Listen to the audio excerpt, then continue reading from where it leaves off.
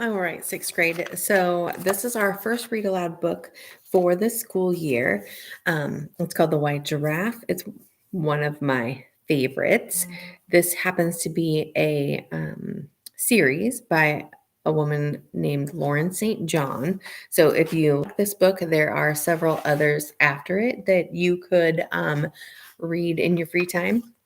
So I'll read for about 30 minutes and feel free to just listen. You can color or draw. That's usually what I encourage my students to do if we're in the classroom. So feel free to do that when you're at home.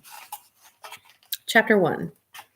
People like to say that things come in threes, but the way Martine looked at it, that all depends on when you start counting and when you stop. For instance, she could say that one bad thing happened along with three good things, but the truth was that the one bad thing was the very worst thing in the whole world.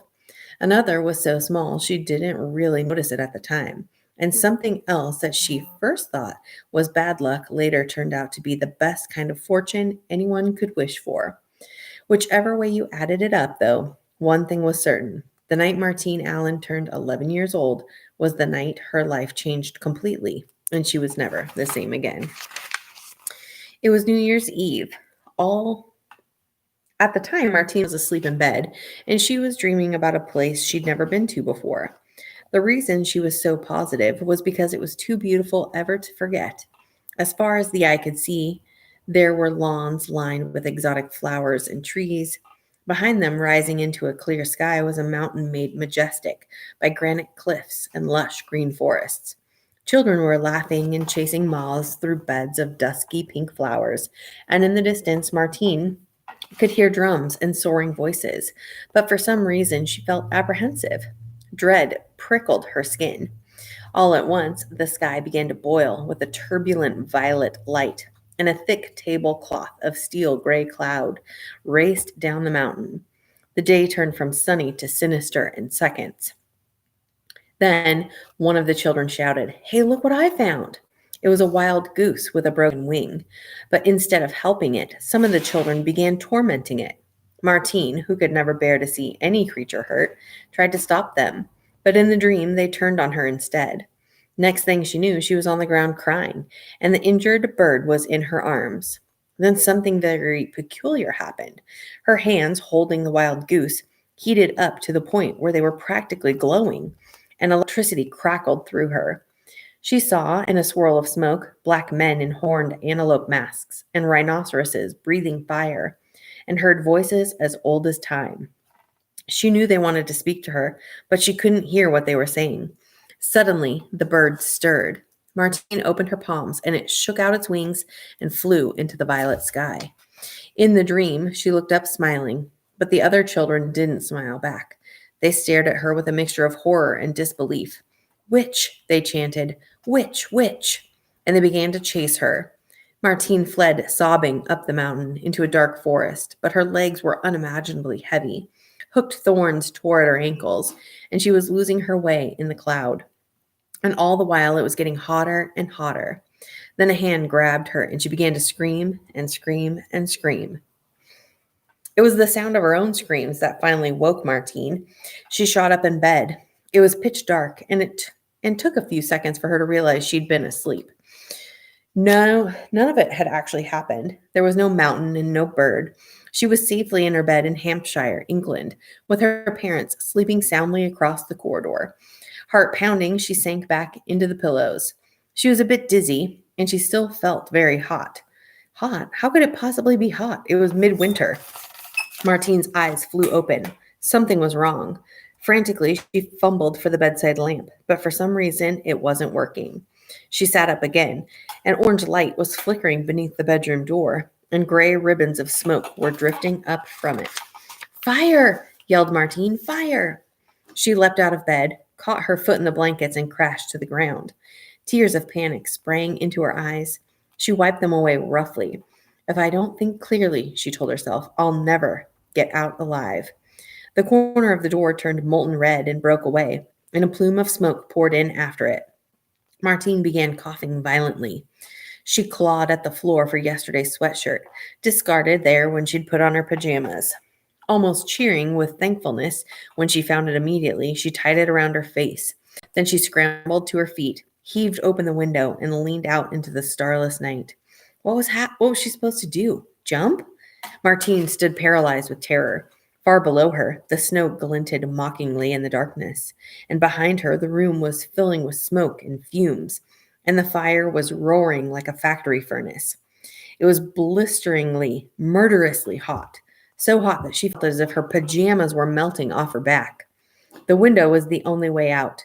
Swinging her legs over the sill, she reached out and grabbed a clump of ivy. It was as wet as lettuce and came away in her hand. Martine almost toppled after it. She tried again, this time knocking away the packed snow and groping behind the vine for a pipe or crevice or anything at all that would give her a handhold. But there was nothing. Martine's eyes streamed. Moments remained between her and disaster, but she jumped back into the room, snatched the sheets off the bed, and knotted them together, tying one end to the bed leg nearest the window. There was no time to test it. She just had to hope that it would hold. And as fast as she dared, she climbed out the window. Clinging to the sheet rope with both hands, she knew very well that it wouldn't reach the ground, but it might get her a little bit closer. She was still high in the air when her hands, stiff as frozen fish sticks in the gusting Arctic wind, lost their grip and she crashed into some snow. Martine dragged herself upright, shivering, and hobbled along the side of the house to the front. But as soon as she rounded the corner, she no longer thought about that. She was too busy taking in the appalling scene before her. Her home was a raging inferno. Flames leaped into every window, and coils of smoke billowed into the night sky. A crowd had gathered on the lawn and all along the street. Doors were opening, and more people were rushing to join them. Sirens announced the rapid approach of the fire department. "Mom! Dad!" yelled Martine as she ran around the side to the front of the house. Shocked faces turned in her direction. There was a collective gasp. The Allens's elderly next door neighbor opened her mouth when she saw Martine rushing across the lawn, but no sound came out. Mr. and Mrs. Morrison, who lived further up the street, were also rooted to the spot.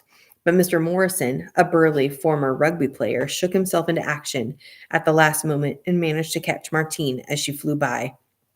"Let me go," sobbed Martine, but even as she spoke, she knew it was too late. The walls of the house were collapsing in a molten heap. Within minutes, there was nothing left. The fire department had arrived, but the most they could do was put the flames out. Mrs. Morrison put her arms around Martine and held her tightly. "I'm so sorry, my dear," she said. "I'm so, so sorry." Others came over to console her, and Mr. Morrison gave her his coat to put on over her pajamas. Through the screen of Martine's tears, the still glowing embers and bubbles of the fireman's foam shone like rubies and diamonds in the fading light. Only a few hours ago, she'd been enjoying a birthday dinner with her parents. They'd made pancakes and filled them with almonds, bananas, and melted chocolate and shaped them into cones that they could eat with their hands. Martine and her mom had laughed at her dad, David, who was talking so much that he hadn't noticed that his pancake was leaking chocolate down his shirt. Only one thing had happened that Martine now thought strange. They'd been on their way up to bed. Martine's mom had kissed her and gone on ahead, and Martine was walking up the stairs with her dad.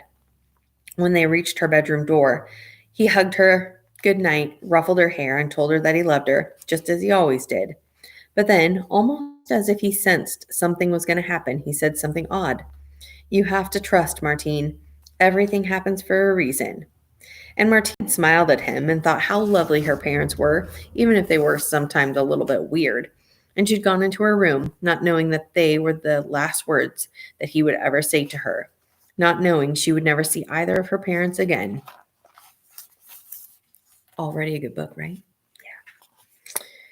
It was Mr. Gryce from Social Services who told Martine that she would be moving to Africa, Cape Town, South Africa, to be precise. "South Africa?" cried Martine. "Why South Africa?" "Well," said Mr. Gryce, "it seems that your only surviving relative is, in fact, living on a game reserve in South Africa, a Mrs. Gwen Thomas, who I'm told is your grandmother." Martine was stunned. "I don't have a grandmother," she said slowly. Mr. Gryce frowned. He reached into his pocket for his glasses and consulted the file again. No, I assure you there's no mistake. I have a letter from her right here. He handed Martine a sheet of cream writing paper. Dear Mr. Gryce, thank you for your condolences on the sad loss of my daughter, Veronica Allen, and her husband, David, two of the finest people I've ever known. I was unaware that my daughter had stipulated that I should have guardianship of their child, Martine, if anything ever happened to her. However, I will accept the responsibility. It is the least I can do. I enclose an airplane ticket to Cape Town and $150 for the girl's expenses. I rarely go into the city and would be grateful if you could ensure that she's adequately clothed for the South African weather. Yours truly, Gwen Thomas. There was something about the tone of the letter that bothered Martine. Her grandmother didn't seem at all enthusiastic about the prospect of taking her on. Quite the reverse. From the sound of things, she expected Martine to be a burden.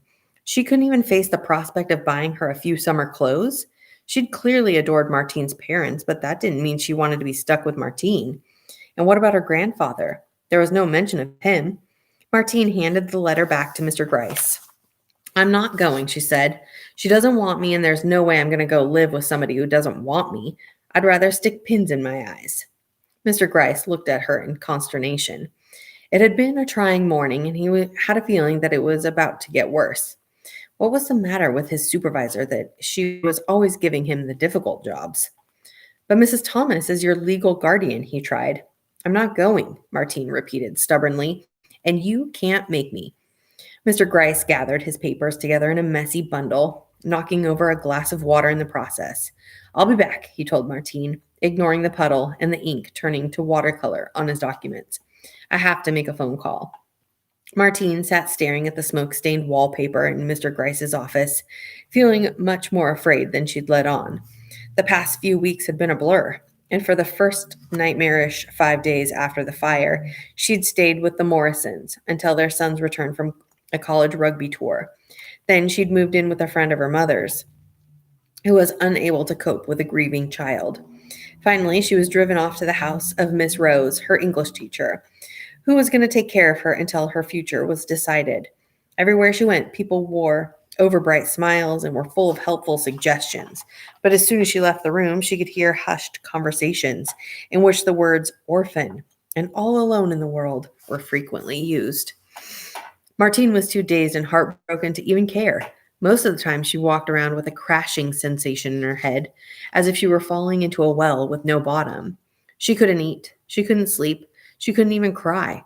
The question she kept asking herself over and over again was, why? Why had she been saved and her parents hadn't? It seems so unfair. The firemen had praised her bravery and told her she'd done the right thing. They said if she'd opened the door even a crack to try to get to her parents, she would have been swallowed by the blaze. But it was hard not to feel guilty. And what happened to her now? Was she really going to be sent away to a stranger in South Africa? It was then that she spotted a cream envelope on Mr. Gryce's desk. There was something familiar about it. She picked it up and studied the return address. It was written in neat blue pen. Gwen Thomas, Sawubona Game Reserve, Cape Province, South Africa. Martine searched her memory. Where had she seen that handwriting before? And then it came back to her. She'd watched her mom open these envelopes every month for as long as she could remember. Nothing had ever been said about them, but Martine had always detected a change in her mom after she'd read the letters. She seemed to smile more, to laugh more easily.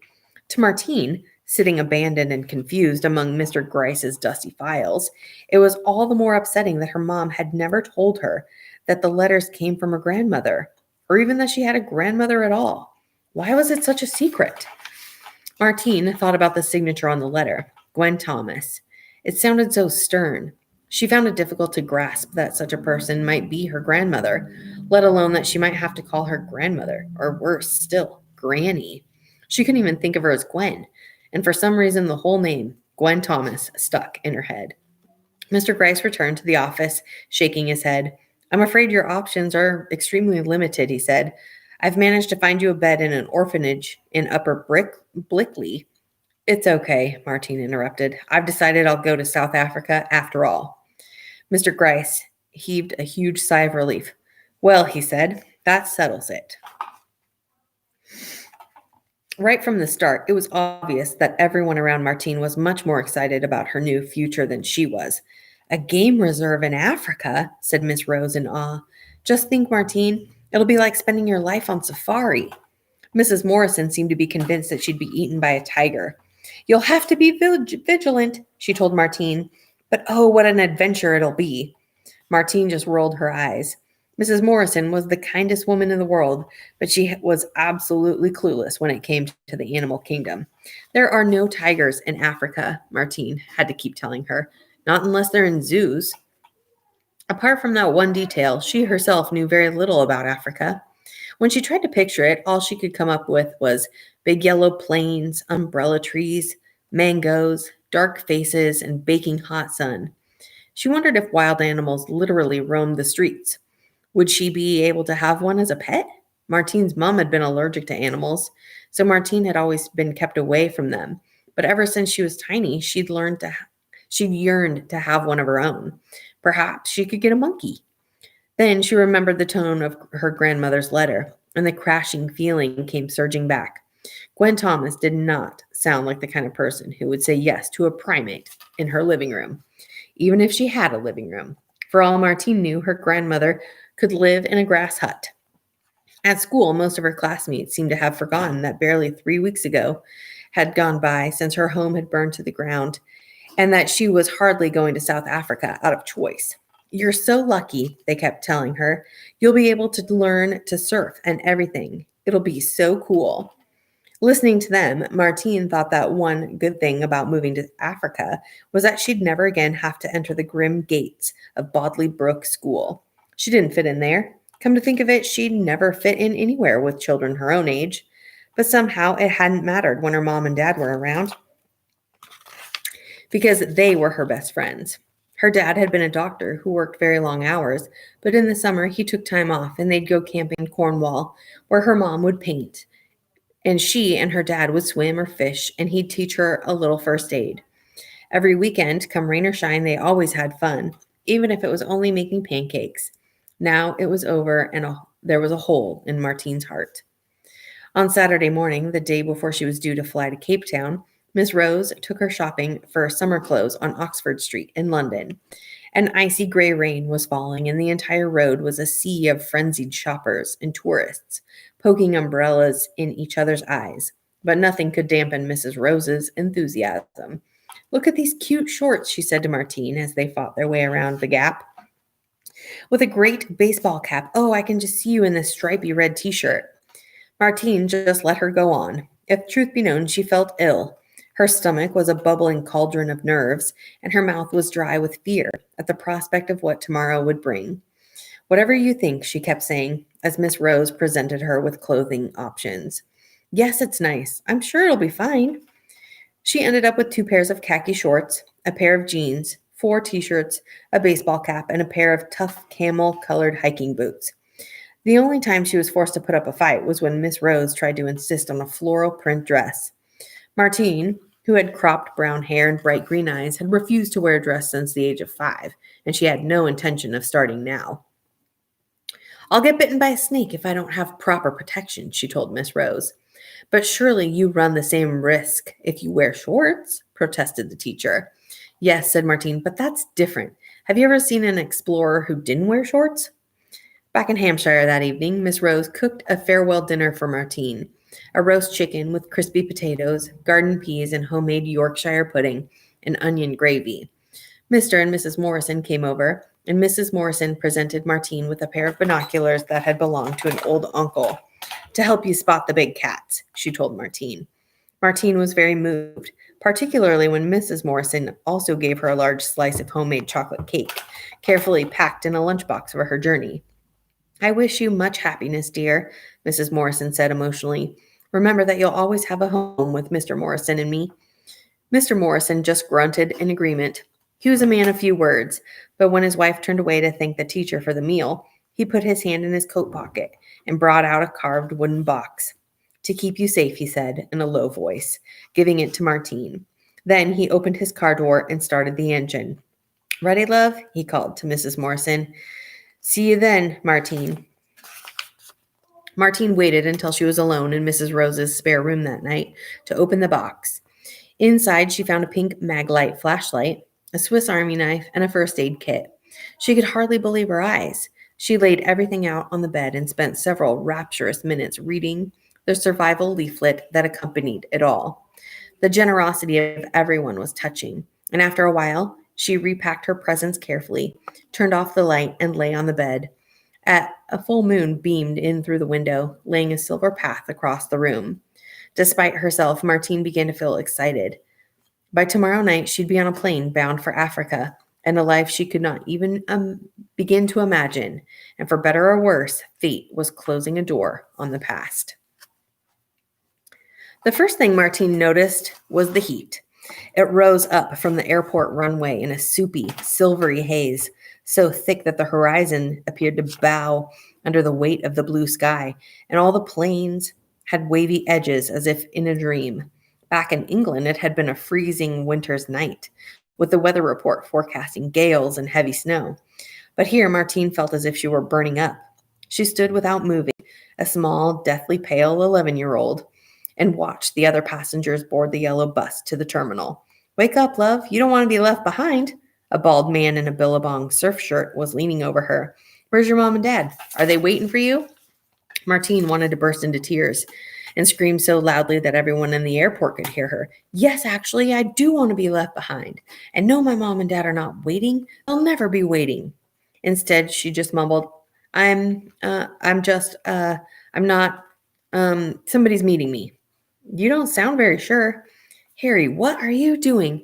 I'm fed up to the back teeth with you. The bus is leaving, and if you're not here in 5 seconds, so am I," the woman called shrilly. "I'll be fine," Martine told the man. "Thanks for asking." "Really?" He checked out a damp pink paw. He reached out a damp pink paw and patted her hard on the shoulder. "Cheer up, love. You're in Africa now."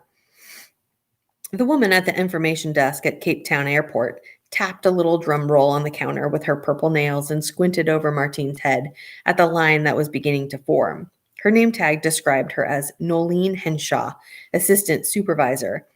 "My girl, it's not that I don't want to help you," she told Martine in a nasally voice, "but I'm going to need a few more details. Now, what does your grandmother look like?" Martine tried to conjure up a picture of the grandmother she'd never seen. "Well, do you have a phone number for your grandmother?" "Just an address," admitted Martine. And for much of her journey, she'd been taken care of by a cheery flight attendant named Haley, whose job it was to look after unaccompanied minors. But as soon as they landed in South Africa, Haley had pointed her in the direction of the airport bus and just as cheerily waved goodbye. Nolene gave an exasperated shake of her henna-red hair and looked again at the line. "Sweetie, I think it's best thing for you to do is sit over there where I can keep an eye on you.